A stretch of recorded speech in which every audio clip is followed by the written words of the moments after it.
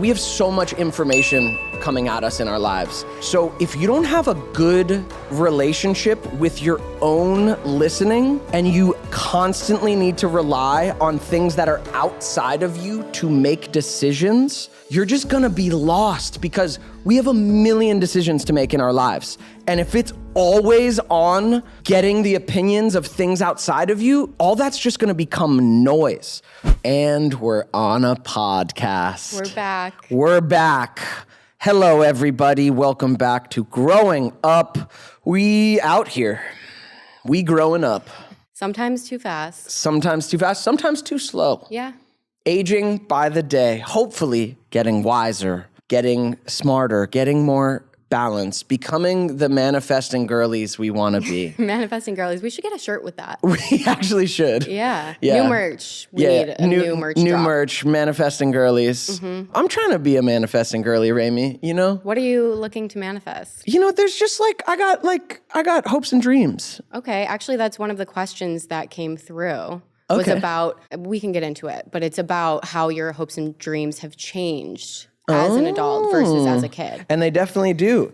Yeah, there's a lot that's already in process, you know, with the podcasts and my new music and hopefully the SAG strike ending so I can act again. But soon, hopefully. Yes, and just ways I want to feel in my adult life. That's a big part of what I try and manifest is how do I want my life to feel? And what's the answer to that question? Exactly, Rami. Exactly, Rami. That's how you manifest. Mm-hmm. You ask that question to yourself over and over and over again. But today, we are manifesting a conversation with you at home, our community, our grown-up community. We're going to do some top tips. Yes.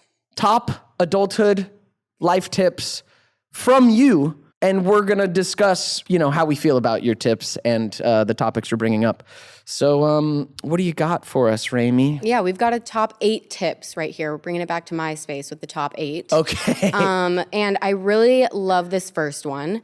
This was from a YouTube community comment, so thanks everyone for being in there. All right, here's the tip. It can be hard to completely escape absorbing content nowadays. Spend time filtering your content to help you grow and inspire yourself. Comparison culture is way too toxic to keep inviting into our lives. And they said thank you for the content on growing up because, yeah, we're kind of doing that. I love that. Yeah, I would like to think that our content is pretty positive in anyone's feed, or at least, you know, thoughtful, will make you laugh and or make you feel, you know, kind of reflective about your life, which I think is good content to have. Yeah, I like that tip a lot. Things are so saturated now in terms of how much content we are receiving on a daily basis. Yeah. And the algorithm will become whatever you put your attention on a lot. And that can be hard because also like half the time we're on our phone, we're doing it pretty unconsciously. It's kind of like our break time, our mental break time. So you can end up just watching like, I don't know, like office clips and like super pretty celebrities and cat videos and maybe like some dumb memes for a week on your off time on your phone, and then all of a sudden that's all you're getting fed. Yeah, I definitely try and do like an algorithm and who I follow check every like, let's say like 6 months. Yeah. Just update, is this what I want my feed to look like on Instagram, on TikTok? Like, do I want to unfollow some people? Do I actually want to actively go follow some accounts that maybe have some more inspiring or like uplifting or thoughtful content? Do I want to let go of some of the silly meme accounts? And the answer is no. No, I want to keep all the meme accounts because they make me laugh and I send them to my friends in group chats. So those are important to have. Yes. I heard I get overwhelmed with all of even the inspirational content nowadays or the educational content that I know I should be consuming. I'm like, there's so much of it. How do I choose what to watch? And I'm never going to have enough time. And I read something the other day that said, when you're feeling overwhelmed with all of the content out there, think of it like a sushi conveyor belt. And like, you don't have to eat all of it. Just pick and choose little things here and there. Yeah. And that is enough. And that made me feel a lot better. And it goes back to what you're saying, like pick and choose what you're following. You don't have to consume it all. Yes. And do the check-ins. Well, every now and then. That's so true too, because it doesn't all have to be like productive. Yep.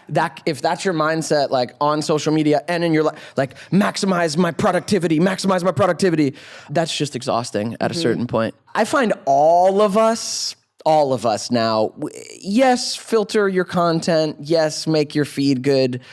But what all of us need is not more content in any capacity, except for this content, Except for which I need you to follow and comment on and subscribe and share. Separate from this content, nobody needs more content. I think what we actually need right now, all of us, is more space for nothingness. It's just more nothing time. I've really been trying to limit my phone time more, especially in the morning and at night. If I can not be on my phone for the first hour of my day, my brain feels better for the rest of the day. Yeah. And it's hard. It's really hard. I need to start sleeping with my phone in a separate room so that I can't even do that. I tell myself this every night. Don't look at your phone first thing. I do it every day. I know. Every day. I know. Because it's the easiest thing to do when you're waking up. Yeah. It's like, oh, I'm so groggy. Let me just start scrolling because it'll slowly wake me up. And it does. But what it does is sets the threshold of like your dopamine for the day. And it's setting it in a very weird place. Like literally you're going to check your phone more throughout the day if you're starting your day like that, because you're kind of starting off the day in this place with dopamine rather than start your day off slow. I've really been trying and it's been going good. What do you do instead? I've been taking a walk first thing. Is get up, feed my cat, and just get my fucking shoes on, get outside and go for a walk either around the block or around my neighborhood. It could be short, it could be long. Going for a walk to start my day and just slowly let my thoughts ramp up rather than immediately be scrolling and thinking about the entire universe. Yeah. Oh, yeah. So filter your content, but also just less content. Just give yourself time for nothingness. There's tip within a tip there. Uh-huh. I love it. All right, what else you got? These are tips from you guys, from our audience. We appreciate you because I actually do love this. We did one episode like this before, and you guys brought so much wisdom. I just love that our audience out there is so wise already. I know, it's great. Okay, this one is probably very relatable to anyone out there with a job, a corporate job. This tip is learn to have a good work-life balance because at the end of the day, you are replaceable at any job. You are not replaceable in your home life. And valuing a healthy work environment is so underrated. I always think that, like, this is really morbid, but if you died, they would replace you in 2 weeks' time, which is 2 weeks, 2 days. Yeah. For some jobs, probably. Yeah. Some of my friends get so stressed about their jobs. Yeah. And I just want to shake them and be like, this does not matter. Like we all have to make money, yes, but don't kill yourself over this job. Yeah. That they would replace you in a second. Yep. Yeah. Unless it's like your absolute dream that you're building and creating. But if you're hired by someone, I think this is a great tip because I think a lot of us in life lean towards definitely people pleaser tendencies. But beyond that, a lot of us lean towards in a job like, I need to be good. You actually have you want to show up good. You want to be liked. You want to be valuable. And this gets abused in jobs because employers, even if they're good people, employers will take advantage of that if you're allowing it. Like, oh yeah, no, I'll come in extra and not get paid more, and I'll have my phone on at all times to answer you whenever, even though that's not what jobs are supposed to be. Like, I think we all have struggled with that balance at times. I for sure have, especially when I was working my day jobs. Like, yeah, you can definitely have your boundaries crossed by a job when really, you don't need that job. You need any job. I always think if you get a new job, the best time to establish the boundaries is when you get a new job. Like, Yes. the the second you start answering past 6 p.m., boom, it's expected of you. So don't even do it from the jump. I'm guilty of not doing this. I answer at like 10 p.m. Terrible. I should never do that. I know. And even if you're at a job like working with your friends, which I kind of currently am, like at the end of the day, it's a business. And I would understand that. So it's, they also have to understand that I have a life, which is why I'm going on vacation tonight. Because, I'm not... Live your life. Yeah. Yeah. Find that balance because you can. It's on you to choose it. Like, it really is. And some jobs won't be down and some jobs will pressure you to do more than they're paying you for and guilt you into things the same way parents will guilt you into shit, teachers, but it's on you to make this work in your life. Yeah, I like that tip. This next one kind of relates. So this tip is, don't wait for your life to suddenly get better. Go after the things you want, live in the now, ask for help if you need it. You have not because you ask not. Oh, you have not because you ask not. Which, yes. Stay away from what you know will trigger you, and remember that no one can live your life for you. Make something happen. Yeah. This is good. I have been thinking about that recently. You can't just be expecting your life to change overnight. Or without doing anything. Yeah, that's what I mean. You can't just be wanting your life to be different and just waiting for it to occur on its own.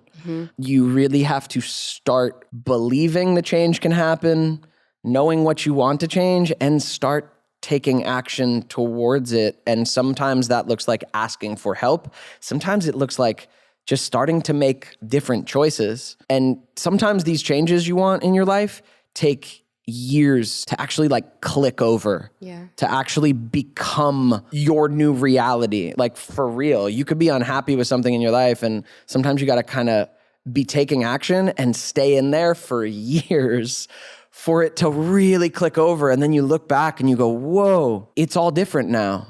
And it felt like it was going to be forever. It felt like I was going to be stuck forever. It felt like I was going to struggle forever. And the truth is, you won't.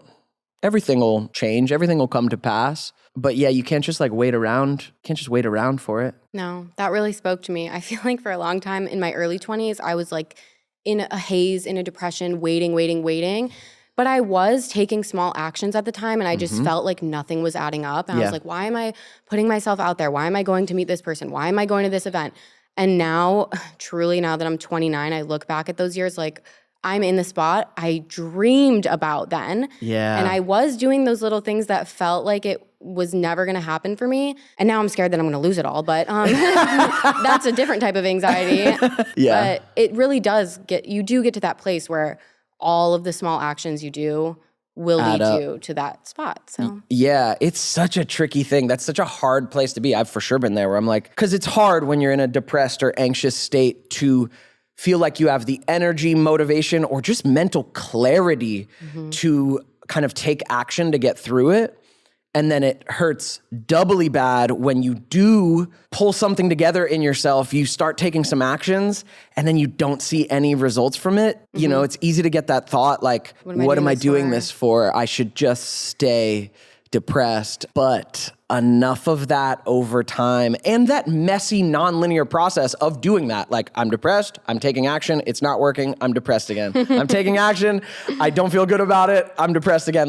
That nonlinear thing, if you do it enough and just kind of keep understanding that you do want to move out of it, eventually things open up.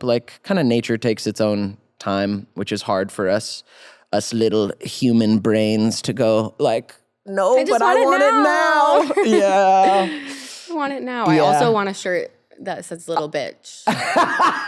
So we need a manifesting girly shirt. Yeah. We need a little bitch shirt. This is my little bitch. Yeah, I want it now. Yeah, but I want it right now. There's a lot that I still want. But of course. Little actions adding up. Okay, this tip is, I love this tip. If drama keeps following you, then you are part of the problem. Boom! Boom, motherfucker! Don't you hate when people are oh my God, this happened. Hello? Cycle. Why are you still getting in these issues? Dude, Just repeat that tip again in case you weren't listening. Well, there's a second part to it. So if drama keeps following you, then you are part of the problem. So take a look inside and heal. Go to therapy, no matter how good your childhood was or life is. Because I think that's true. People think, well, I had a great childhood. Like, I don't have any problems. I can't be the problem. You might still need to work out some, attachment issues, whatever's going on. I don't know. Oh, no matter what. My childhood was great. You still arrive to adulthood with issues, either codependency or avoidant or whatever. Like, we all show up with it. But just that tip about drama, dude. I don't have drama in my life. Me either. I do not. I don't have a tolerance for it. Yeah, like, not drama. I have issues that come up. I have hurts. I have wounds. I have trauma sometimes, right? Like, those things show up. But in terms of like drama, like, he said this and then she said fucking that. And like, I can't believe that. I don't have any of that in my life because I don't engage with it. Because you're not part of the problem. You remove yourself from those situations. That's what I'm saying. And so if you're finding yourself in those, yes, take a look in and remove yourself too. Yeah. What you give your attention to will grow. This is one of these weird, universal, like, cosmic laws. And, I don't know that science can prove it, but if you look around at your life, it's true. What you put your attention on will grow. So if there's kind of like these like little fucking gossipy moments between you and your friends or whatever, and then you go to another friend and you start fucking putting all your attention and thinking about it and talking about like this little bullshit comment that you're blowing way out of proportion or whatever, then you're feeding the drama and your life is drama. I just get so bored. It's so boring. And you know what I was going to bring up, because I feel a lot of this happens when my friends are dating. They'll be like dating this jerk guy and, why is this happening to me? I'm like, you are allowing this to happen to you, first of all.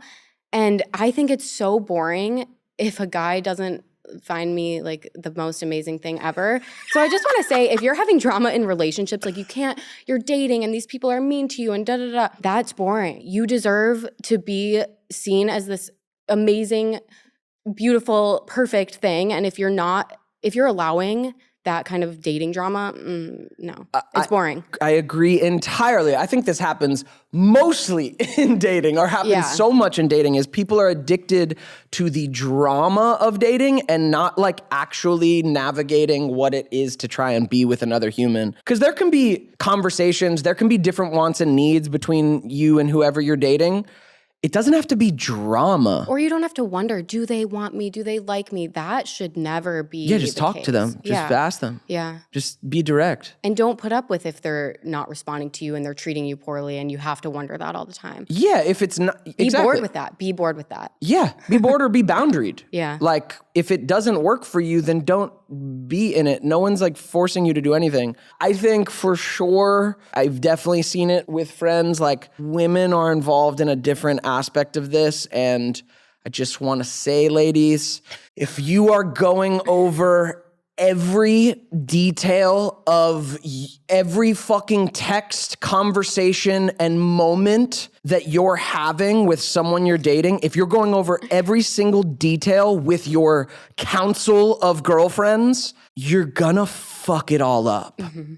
And you're not gonna know your actual feelings about the situation because you're getting it from all your friends. So now you're going to have 8 friends' voices and feelings in your head. And it's not to say like, look, if you have super wise, great friends, like of course I go to my friends for counsel sometimes when I need clarity on something, but know where you stand before you start getting all your fucking friends' opinions on who you're dating and everything they said to you and what you said to them and every moment of the date. Like, dude, you're gonna drive yourself insane and you're gonna create drama where there isn't. You're gonna create situations that the guy doesn't even know is happening. The guy isn't thinking about any of this. No.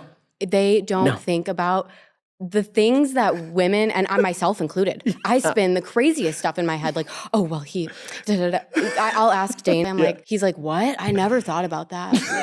He's like, how did you come to that conclusion? You're like, but you said this at the beginning of dinner, and that means this, which means this, which means this, which means this. And he's like, I just didn't want ice cream. Yeah. Like, no, I've that exact conversation. That's what I'm saying. I've seen this out there, and I feel for you who are doing this. Like, I feel for you because I know it's coming out of... It's coming out of fear. I mean, I do it. Yeah, it's coming out of like insecurity and fear. And I'm like, oh, babies, like I feel for you and your sweet little hearts, but you're going to drive yourself insane. Mm-hmm. Yeah, dating, I mean, I would hope dating should be just about needs and wants, clarity around that, and open communication with whoever you're dating around that. You would be surprised how many people you're dating, men or women, can handle a really direct conversation about things. Yeah. Like, just go at it directly so that then everything's out on the table and then you guys can just like enjoy your time together. But if you're starting to build up all these thoughts and opinions and perspectives that your partner doesn't even know is happening, like now there's space, now there's disconnection. So I would just encourage all of you out there to be brave and just ask things directly. If you need clarity in a situation, ask the person. If they don't have it to give you, okay, then check in with that. And then yes, stop being so addicted to drama, dude. It's boring. It is. You don't, like it's so boring. There's so much more interesting shit to be doing with your time than like little petty dramas. Cause like life will bring you problems. Yeah. There are problems and they will come. That shit is interesting. That shit you gotta face. That's the stuff that'll keep you up at night. Like, how do I solve this like major issue in my life? That's some real shit. Don't get caught between the he said, she said, oh my God, my friend said like this passive aggressive thing and now I'm holding on to this for like fucking 3 weeks. I like how we got all that from that one. I love that tip. Yeah, that's like such a good. It's a good one. People need to hear it. Yeah. This one also kind of relates to what we were just talking about. So here is tip number 4 or 5, I think. I have the list. From my experience, if you tell people, no, I can't come, and be honest about why, even if it's, I just don't want to, people are usually really understanding about it. Sometimes you just don't want to do something and that's fine. People know and accept that, and you don't have to say yes. Dude, I know. I know people at home do this. I know I have done this. How often are we spending so much emotional energy feeling bad that we're saying no to someone and then making up, whether it's true or embellished or an entire lie, making up this story as to why you're saying no and how much energy you're spending on that, rather than just the fuck saying no. You can say no and not give a reason. Yeah. When someone asks you, hey, are you around to do this, blah, blah, blah, on this day, you are allowed to literally just say, no, but love you. Yeah. Like, no, don't feel thanks, like it. see you next time. You can give zero excuse. Yeah. Yeah, my mom growing up, Mom, I love you. You know I love you. And I know she listens to this podcast. You know I love you. You know you're the best. You know you've given me so many tools in life. However, my mom was the queen of not big lies, not teaching me to big lie. That was a problem. But she taught me the art of the little lie. Art of, well, just tell them this because then you're good. Yeah, then they won't be mad. And as I grew up and got into the fucking real world, when I would do that, I mean, especially like in intimate relationships, I found the little lie It's worse. is actually fucking awful. It's worse. It creates weird distrust with people. It creates weird guilt energy from me anyway. That's the problem with the small lies. You can't keep your own story straight, and it adds so much more anxiety to your own life. Yes. For what?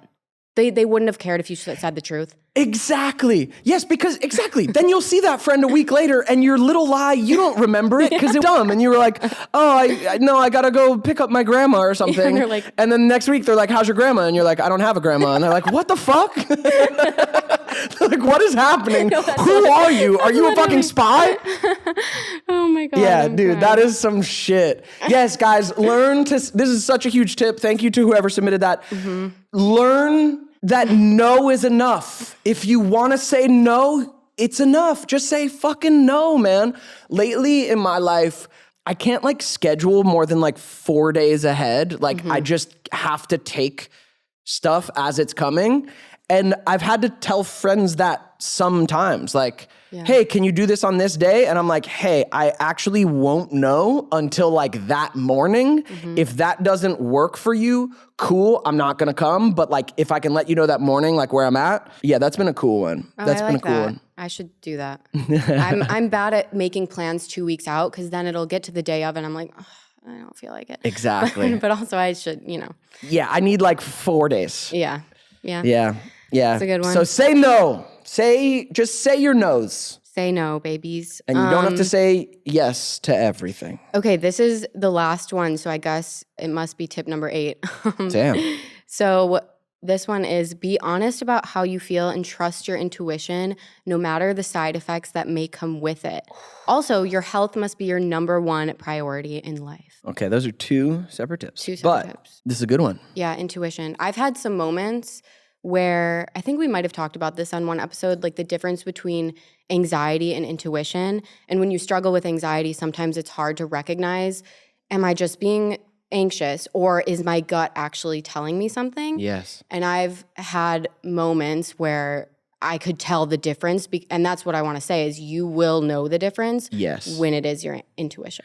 Yeah, I saw people. So we had a clip that went a little viral about me saying, if you've committed to going to something, like go to it, even if your social anxiety creeps up the day of and you don't want to go. Like if you've said you're going to, go, because you've put your word out into the universe and something is going to be there for you. And I definitely saw a lot of people comment like, what if that's my anxiety telling me like danger is out there, or like basically like you're encouraging me to be unsafe? And it's like, no, dude, that's not the fuck at all what was being said. It's more along these lines, like, yes, you do have an anxious voice. Yes, sometimes things are unsafe. And like, that's different. If it's coming through that like you're literally unsafe, okay, listen to that. But most of the time your anxiety is telling you you are unsafe. You're not. I just looked this up. There's this, I guess, quote, intuition feels like a gentle nudge, whereas anxiety may feel like a fire drill. Yeah. And I would say that's true. Like intuition's like this deep knowing, like, something's off. Yes. Anxiety's like, I don't know, I don't want to go. What if people think I'm weird? Like, should I even go to this? Do I even want? That's the difference. Exactly. And I've been in situations while solo traveling. I think Mayada talked about a weird Hell situation yeah, she did. that she had, but hers ended up being good because her intuition was like, this situation's fine. This guy is going to be great. Right. I'm talking about she did have an unsafe one, which I also had, that I thought I was going to get kidnapped. And that was like this deep knowing, get the fuck out of here. Yeah, that's different, man. Yeah. But your anxiety, the problem is your anxiety will tell you you're unsafe when like literally you're just like going to someone's apartment to hang out. Like, but to this intuition tip, man, listeners out there, this is such a huge part of growing up, and it is a lifelong relationship with yourself. And I've gotten pretty practiced at it over the years, but it takes constant like discernment and listening. But I've just seen it play out again and again in my life. Whenever I listen to that little voice, that intuition voice, that guidance voice, for me, it doesn't speak loud. It doesn't repeat itself often. Like the answer's there. It says what it says and you hear it and you can either ignore it or listen to it. And every time I've ignored it in my life, things have gone worse. And not necessarily catastrophic. Wait, can you think of an example? When you felt something was off and you were like, it's fine. No, it's not even about off. It's Not anything. aligned. The intuition speaks.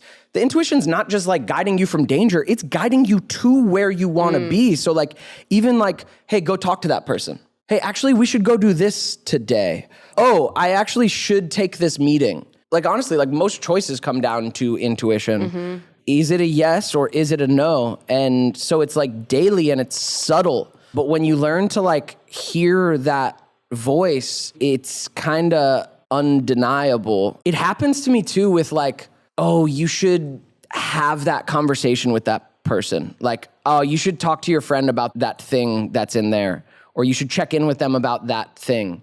And if I don't, like I said, it's not like catastrophic. It's just less good.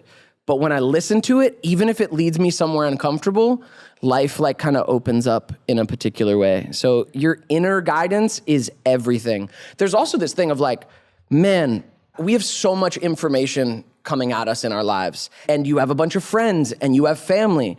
So if you don't have a good relationship with your own listening, and you constantly need to rely on things that are outside of you to make decisions, you're just gonna be lost because we have a million decisions to make in our lives.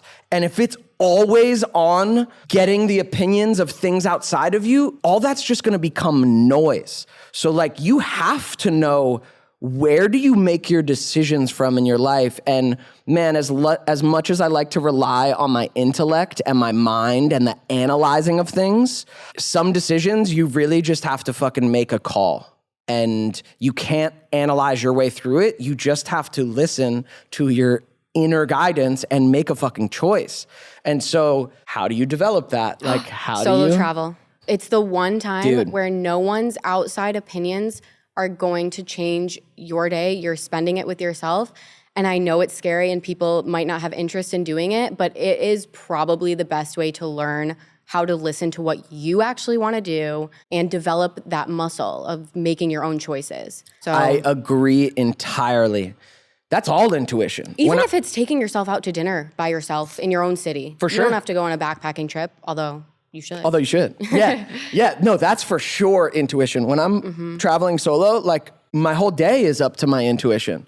So it's all about listening. Do I go right or left? Do I want to go to this museum or do I just want to go like walk along this river? And you'll see as you start playing in that space with yourself, kind of what opens up and what doesn't. And man, when you're solo traveling and just listening to your own guidance, sure, maybe some days can be boring, or maybe some days you could be lonely, or sure, you might encounter some problems too, but also some days can become so magical.